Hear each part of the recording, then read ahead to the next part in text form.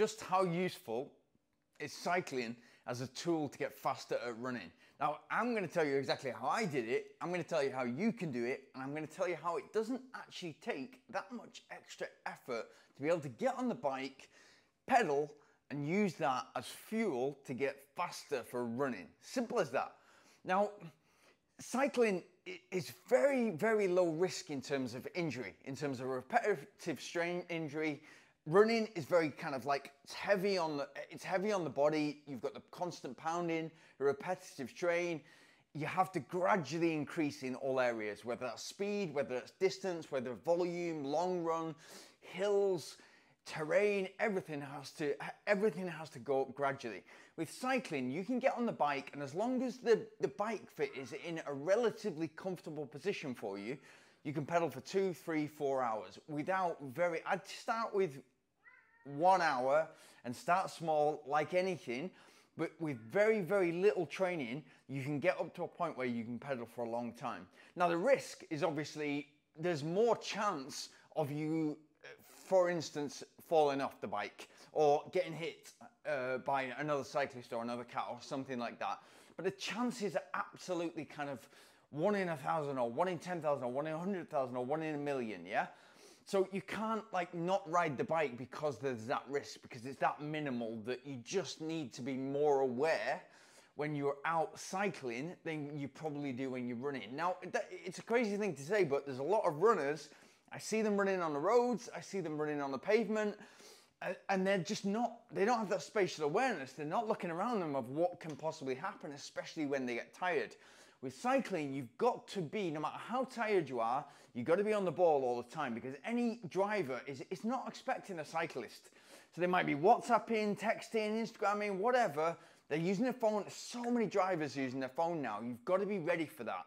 And you've got to make sure that you are totally aware, even after 4 or 5 hours on the bike, when you're absolutely wiped out, be safe, right? Super, super, super important. But here's how you inject cycling into your training in order to be a faster runner. Now, I've always used it as long run, so increasing stamina, increasing endurance.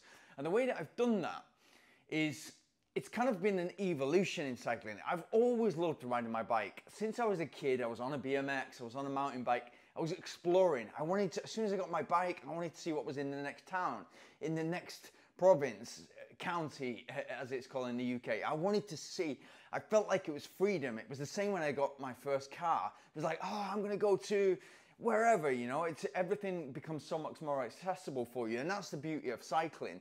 And that's the draw for me of cycling. It's kind of like you're doing a sport, you're getting fitter, but it's kind of like playing on the bike. You're being a child, you're that child in that childlike state of going out and playing and enjoying with your friends or on your own, it doesn't matter. But the way I evolved in cycling was, okay, I get on the bike and I'll go on social rides with the guys, and that'll be in the south of Spain, or it would be in the north of Thailand and in Chiang Mai. There's a lot of cyclists in Chiang Mai. So I would go off with the guys and we'd go into the mountains and we'd cycle up mountains, we'd cycle down mountains, we'd cycle for 4, 5, 6 hours, and we'd go on these big long rides, lots of elevation gain. And what I was finding is I was building muscle in my quads. And the reason that is because when you're clipped in, you are working the leg, the quad when you're pulling the pedal up, and when you're pushing down, it's obviously a circular motion, but in that kind of first part where you pull in the pedal up, you're working the quad, and then you're pushing down. When you're pushing down, you can engage the quad, so you can engage the glute. So you're actively using, get a bike fit. It's really, like, if you can get a bike fit, it's brilliant.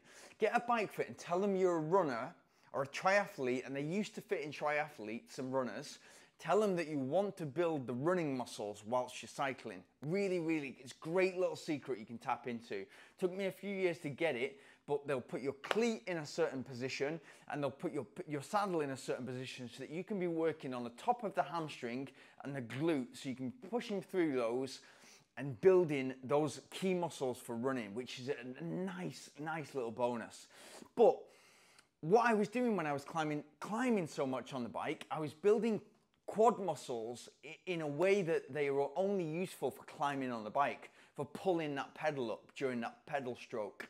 And so when I got to, 30K, 35K in the marathon, I was starting to get cramps in my quads when I'd never had cramps in my quads before.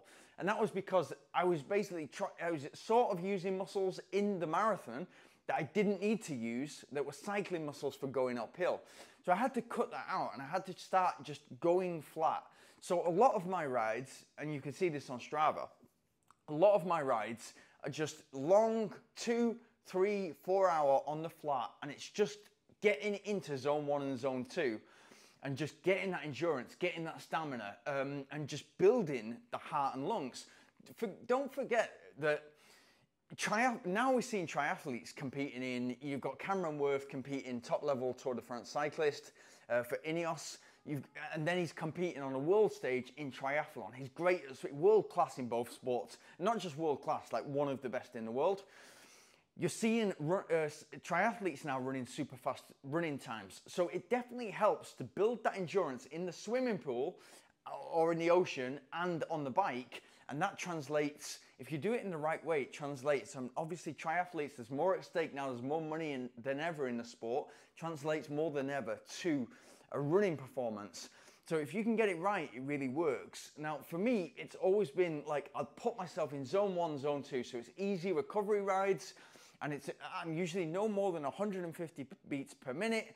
And I'm just building the right muscles, the glutes, the hamstrings, but also I'm building the heart and lungs. Don't forget that whether you're swimming, whether you're cycling, whether you're running, the heart, the lungs, and the blood is improving, and those improvements can be used for your running performance. So you can tap into that extra cardiovascular strength, that extra cardiovascular volume when you're running, and that's really important. And as I've said before, it's really important for me that I can go on a 3-4 hour ride, and that's like a long run for an ultra runner. So you're not going to be able to go out there so often and do 4-hour runs, which are imperative or really important for you to do to get good at running 100K or 100 miles, really important. But you can go out on the bike and cycle 4 or 5 hours, no problem, and you can get out the next day and you can do a run. It's a lot easier on the body to pedal the bike than it is to run and have that pounding. One thing, the last thing I will say is, bike fit, important. Get there if you can. Firstly, feel comfortable and feel like the glutes are engaging. Don't want the calf to be doing too much work. Second thing, high cadence cycling is the absolute best for you as a runner.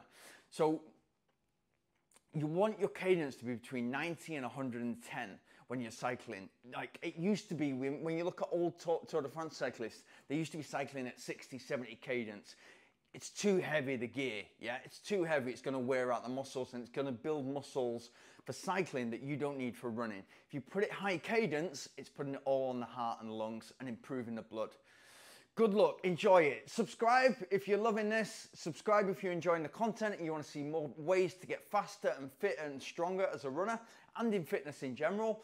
And just enjoy your time on the bike and enjoy your training, because that's the key thing. The more you enjoy it, the more you're going to do it. And cycling can be a social thing just as easy as it can be a solo event. So like running, the simplicity of running, getting the shoes on, going out for a run, it can be that simple with the bike as well.